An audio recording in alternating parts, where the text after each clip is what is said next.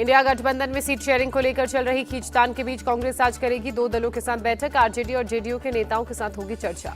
कांग्रेस की गठबंधन कमेटी 3 दिन तक सीट बंटवारे समेत दूसरे मुद्दों को लेकर करेगी मंथन। अलग अलग राज्यों के नेताओं के साथ करेगी बातचीत। इंडी अलायंस में सीट शेयरिंग को लेकर जल्द फैसला होगा। कांग्रेस अध्यक्ष मल्लिकार्जुन खड़गे का बयान। सीट शेयरिंग के सवाल पर अखिलेश यादव ने कहा, गठबंधन में किसे कहां से लड़ना है जल्द पता चल जाएगा। इंडी गठबंधन में सीटों के बंटवारे को लेकर सपा प्रमुख अखिलेश यादव ने कहा, राहुल गांधी की भारत न्याय यात्रा से पहले ही हो सीटों का बंटवारा। अखिलेश ने कहा, सीटों के बंटवारे होने से ये लड़ाई और मजबूती के साथ लड़ी जा सकेगी। गठबंधन में पूरी जिम्मेदारी के साथ है समाजवादी पार्टी। अखिलेश ने कहा, न केवल उत्तर प्रदेश बल्कि पूरे देश की जनता बीजेपी को हटाना चाहती है। बसपा सुप्रीमो मायावती को इंडी गठबंधन में शामिल करने के सवाल पर अखिलेश का बड़ा बयान। बोले, चुनाव के बाद उनकी गारंटी कौन लेगा। एलजेपी नेता चिराग पासवान का बयान। बोले, इंडी गठबंधन में सब ठीक नहीं है। चिराग पासवान ने निशाना साधते हुए कहा, सीटों के बंटवारे में जो कठिनाइयां आ रही हैं उसमें ये गठबंधन चुनाव तक एक रहेगा कि नहीं, इस पर भी बहुत बड़ा प्रश्न चिन्ह है। कांग्रेस सांसद दीपेंद्र हुड्डा का दावा, हरियाणा की सभी 10 लोकसभा सीटें जीतेगी पार्टी। कांग्रेस ने लोकसभा चुनाव के लिए बनाई प्रचार समिति। अजय माखन होंगे समिति के संयोजक। लोकसभा चुनाव की तैयारियों में जुटी महाराष्ट्र कांग्रेस सभी 48 सीटों के लिए इच्छुक उम्मीदवारों के नाम 10 जनवरी तक मंगवाए। कांग्रेस के उम्मीदवारों के नाम मांगने पर महाराष्ट्र में हलचल तेज। शरद गुट की प्रवक्ता विद्या चौहान बोली, सभी इंडिया अलायंस के तहत चुनाव लड़ेंगे। लोकसभा चुनावों की तैयारी में जुटी बीएसपी। उत्तर प्रदेश के सभी जिलों में करेगी जनसभाएं। 15 जनवरी को लॉन्च होगा बहनजी ऐप। उत्तर प्रदेश के सीएम योगी आदित्यनाथ आज गोरखपुर में विकास भारत संकल्प यात्रा की शुरुआत करेंगे। अलग अलग योजनाओं के लाभार्थियों से मुलाकात का भी कार्यक्रम, उनसे भी संवाद। आज एक दिन की जम्मू कश्मीर यात्रा पर जाएंगे बीजेपी अध्यक्ष जेपी नड्डा। रघुनाथ मंदिर में दर्शन के बाद बीजेपी नेताओं के साथ लोकसभा चुनावों की रणनीति पर करेंगे बैठक। प्रधानमंत्री मोदी के लक्षद्वीप दौरे पर खड़गे का अटैक। कहा, हर दिन फोटो सेशन करवा रहे हैं पीएम। मणिपुर हिंसा पर अब तक क्यों खामोश हैं। 14 जनवरी से शुरू होगी कांग्रेस की भारत जोड़ो न्याय यात्रा। पार्टी अध्यक्ष खड़गे ने कहा, 15 राज्यों से न्याय यात्रा गुजरेगी। 100 लोकसभा सीटें करेगी कवर। अवैध खनन मामले में झारखंड के सीएम हेमंत सोरेन के प्रेस सलाहकार अभिषेक प्रसाद को ईडी का समन। 16 जनवरी को पूछताछ के लिए बुलाया। ईडी सीएम हेमंत सोरेन को भी अब तक 7 बार जारी कर चुकी है समन। इसके अलावा 11 जनवरी को साहिबगंज के उपायुक्त रामनिवास यादव और 15 जनवरी को विनोद सिंह को भी पूछताछ के लिए बुलाया। ईडी की सप्लीमेंट्री चार्जशीट में नाम आने पर भड़के पूर्व सीएम भूपेश बघेल राजनीतिक षड्यंत्र का हिस्सा बताया। दिल्ली के सीएम अरविंद केजरीवाल आज गुजरात के अलमवाड़ी में एक जनसभा को करेंगे संबोधित। पंजाब के सीएम भगवंत मान भी रहेंगे साथ। लोकसभा चुनाव से पहले विपक्ष के नेताओं को जेल भेजना चाहती है बीजेपी। दिल्ली की मंत्री आतिशी का केंद्र सरकार पर अटैक। टीएमसी नेता शाहजहां शेख के खिलाफ लुकआउट सर्कुलर जारी। ईडी अधिकारियों पर हमले के बाद से है गायब। ईडी अधिकारियों के हमले के विरोध में बीजेपी का प्रदर्शन। हावड़ा में फूंके पुतले, सरकार के खिलाफ की नारेबाजी। जो लोग भ्रष्ट और जेल जाने से डरते हैं वो एजेंसियों के खिलाफ बोलते हैं। केंद्रीय मंत्री धर्मेंद्र प्रधान का बयान। अधीर रंजन का बीजेपी टीएमसी पर मिलीभगत का आरोप। कहा, केवल बड़े बड़े दावे करती है बीजेपी की सरकार। राज्यसभा चुनाव के लिए व्यक्तिगत रूप से नामांकन फॉर्म पर भर सकेंगे आम आदमी पार्टी नेता संजय सिंह। कोर्ट ने दी अनुमति। दिल्ली की राउज एवेन्यू कोर्ट से समीर महिंदू को राहत। 2 हफ्ते की अंतरिम जमानत दी गई। उत्तर प्रदेश कांग्रेस के नेता 15 जनवरी को अयोध्या में रामलला के करेंगे दर्शन। प्रदेश प्रभारी अविनाश पांडे और प्रदेश अध्यक्ष अजय राय होंगे मौजूद। राम मंदिर की प्राण प्रतिष्ठा पर सियासत जारी। उत्तर प्रदेश कांग्रेस अध्यक्ष अजय राय ने कहा, भगवान के यहाँ निमंत्रण नहीं होता, खुद लोग जाते हैं। एआईयूडीएफ के अध्यक्ष बदरुद्दीन अजमल ने राम लल्ला की प्राण प्रतिष्ठा से पहले मुसलमानों को नसीहत देते हुए कहा, 20 से 26 जनवरी के बीच घरों से बाहर न निकले मुसलमान। बदरुद्दीन अजमल ने कहा, राम लल्ला की प्राण प्रतिष्ठा के दौरान ट्रेन से यात्रा करने से बचे मुसलमान। बदरुद्दीन अजमल ने एक रैली को संबोधित करते हुए बीजेपी पर हमला बोलते हुए बीजेपी को मुस्लिम विरोधी तक कह दिया। मध्य प्रदेश के मुख्यमंत्री डॉक्टर मोहन यादव का बयान। निश्चित रूप से हम सब 22 जनवरी का इंतजार कर रहे हैं जब भगवान राम गर्भगृह में प्रवेश करेंगे।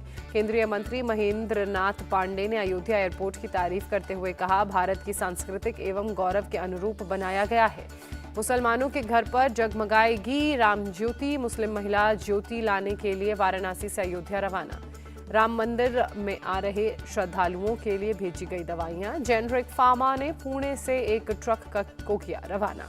आध्यात्मिक गुरु माता अमृतानंदमयी जी को अयोध्या से आए पूजित अक्षत दिए गए। नागपुर में संघ के सीनियर प्रचारक एस सेतु माधवन ने सौंपे अक्षत। महाराष्ट्र के सीएम एकनाथ शिंदे और शिवसेना ने दिया राम मंदिर में दान।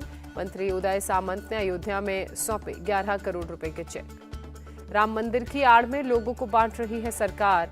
जमाते इस्लामी हिंद के वाइस प्रेसिडेंट सलीम इंजीनियर का बयान। गोरखपुर में सीएम योगी का बड़ा बयान, लॉ एंड ऑर्डर पर कहा, पिछली सरकारें कब्जा करती थीं, आज कब्जा छुड़ाकर लोगों के भले का काम होता है। शरद गुट के नेता जितेंद्र हावाड़ के खिलाफ महाराष्ट्र में 5वीं एफआईआर दर्ज, भगवान राम पर विवादित टिप्पणी के बाद ये एफआईआर। इसरो के सोलर मिशन ने रचा इतिहास, हैलो ऑर्बिट में स्थापित हुआ आदित्य L1 5 महीने बाद सूरज के L1 पॉइंट पर पहुंचा। हैलो ऑर्बिट में 5 साल तक रहेगा आदित्य L1, सूर्य के रहस्यों का पता लगाएगा। सोलर मिशन की सफलता पर प्रधानमंत्री मोदी ने बधाई देते हुए कहा, आदित्य L1 अपने लक्ष्य तक पहुंचा, भारत की एक और बड़ी उपलब्धि। सोलर मिशन की सफलता से गदगद इसरो चीफ, कहा 126 दिन बाद अंतिम पॉइंट पर पहुंचा आदित्य L1।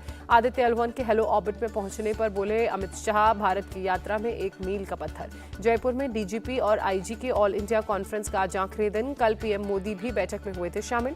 गृह और सहकारिता मंत्री अमित शाह 8 जनवरी को प्राइमरी एग्रीकल्चरल क्रेडिट सोसाइटी के मेगा कॉन्क्लेव में होंगे शामिल।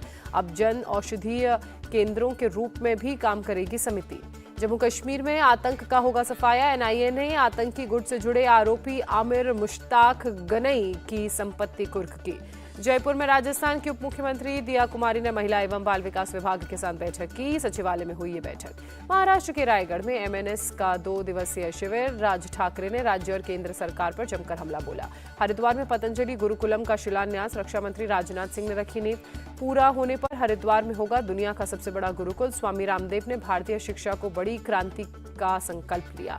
राजनाथ सिंह ने कहा, गुरुकुल परंपरा को आगे बढ़ा रहे हैं स्वामी रामदेव, जरूर मिलेगी कामयाबी। सीएम पुष्कर सिंह धामी ने किया राम मंदिर का जिक्र, कहा पीएम के नेतृत्व में अयोध्या में विराजमान हो रहे भगवान राम सभी जगह आज हो रहे हैं काम।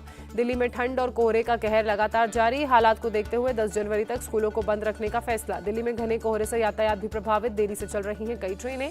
दिल्ली में शीतलहर का प्रकोप, आम जनजीवन बुरी तरह से प्रभावित। ठंड से बचने के लिए लोग ले रहे हैं अलाव का सहारा, रात में भी अलाव के आगे आग सेकते हुए नजर आ रहे हैं लोग। लखनऊ में क्लास 8 तक के सभी स्कूल 10 जनवरी तक रहेंगे बंद, ठंड की वजह से लिया गया फैसला।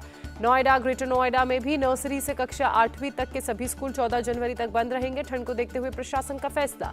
गोरखपुर में मुख्यमंत्री योगी आदित्यनाथ ने रैन बसेरों का निरीक्षण किया, लोगों से मिलकर जाना हाल। मुख्यमंत्री योगी ने जरूरतमंदों को कंबल बांटे, अधिकारियों को भी जरूरी निर्देश जारी किए गए। श्रीनगर में डल लेक में जमी बर्फ, ठंड से जनजीवन प्रभावित।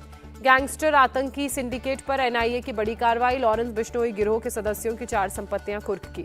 लखनऊ में गैंगस्टर लॉरेंस बिश्नोई के करीबियों पर एक्शन, पुलिस ने एक फ्लैट किया कुर्क। भोपाल में बालिका गृह से 26 बच्चियां गायब, बिना परमिशन के चिल्ड्रन होम चलाने का भी आरोप, पुलिस ने एफआईआर की दर्ज। गुरुग्राम में गौ तस्करों की हैवानियत सामने आई, केएमपी एक्सप्रेसवे चलती गाड़ी से फेंकी जिंदा गाय। गौ तस्करों ने कई किलोमीटर तक रॉन्ग साइड दौड़ाई गाड़ी, पुलिस ने एक को किया गिरफ्तार, 5 हुए फरार। असम के करीमगंज में पुलिस का बड़ा एक्शन, 2 ड्रग्स तस्करों को गिरफ्तार किया। सूचना के आधार पर पुलिस की कार्रवाई, 1.5 करोड़ मूल्य की 9000 याबा टैबलेट बरामद। मुंबई पुलिस के साथ 2 विदेशी नागरिकों की हाथापाई, 9 करोड़ की ड्रग्स के साथ किया गिरफ्तार। बीएसएफ ने छापेमारी के बाद 2 किलो से ज्यादा का सोना पकड़ा, बांग्लादेश में भारत में तस्करी कर लाया जा रहा था।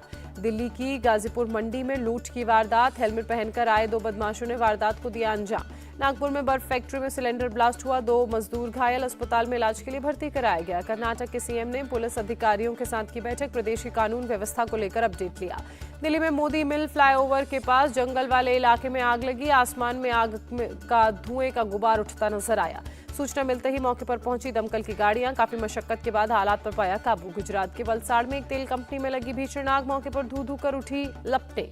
दमकल की गाड़ियों ने कड़ी मशक्कत के बाद आग पर काबू पाया, हादसे के कारणों की जांच जारी। 32 साल बाद श्रीनगर के भैरव मंदिर में हुई पूजा अर्चना, पंडितों ने कहा बेहतर हालात के कारण सब संभव। तमिलनाडु के पुडुकोट्टई में जलीकट्टू का आयोजन, खेल के दौरान 28 लोग घायल। तमिलनाडु ग्लोबल इन्वेस्टर मीट 2024 में हिस्सा लेगा सिंगापुर, आज और कल चेन्नई में होगा आयोजन। हिंसा और विपक्ष के बायकॉट के बीच बांग्लादेश में आज डाले जाएंगे वोट, विपक्षी पार्टियों ने एक दिन पहले से ही शुरू कर दी है 48 घंटे की हड़ताल। वोटिंग से पहले बांग्लादेश में इलेक्शन कमीशन की ऐप क्रैश हुई, मतदाताओं की सुविधा के लिए लॉन्च की गई थी ऐप। चुनाव से पहले बांग्लादेश के मुख्य चुनाव आयुक्त बोले हमारे चुनाव को अंतर्राष्ट्रीय स्तर पर देखा जाए, वोटिंग के दौरान किसी तरह की हिंसा का डर नहीं।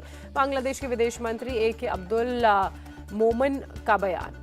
16,000 फीट की ऊंचाई पर उखड़ी फ्लाइट की खिड़की, घटना के बाद अलास्का एयरलाइंस ने सभी बोइंग 737-9 विमानों को रोका। रोहित शर्मा को अफगानिस्तान के खिलाफ टी20 सीरीज में मिल सकती है टीम की कमान। विराट कोहली की भी हो सकती है वापसी। रोहित शर्मा और विराट कोहली 1 साल से भारत के लिए नहीं खेले हैं टी20 मैच। अफगानिस्तान के खिलाफ टीम में हो सकती है वापसी। टी20 वर्ल्ड कप में भी रोहित शर्मा और विराट कोहली को मिल सकता है मौका। विराट कोहली ने बीसीसीआई से की टी20 खेलने की इच्छा। भारत और अफगानिस्तान 3 मैचों की खेलेंगे टी20 सीरीज। 11 जनवरी को खेला जाएगा पहला मैच। भारत के खिलाफ टी20 सीरीज के लिए अफगानिस्तान टीम का ऐलान। इब्राहिम जादरान को मिली टीम की कमान। स्टार स्पिनर राशिद खान को भी मिली टीम में जगह। स्पिनर मुजीबुर रहमान को 19 सदस्यीय टीम में शामिल किया गया।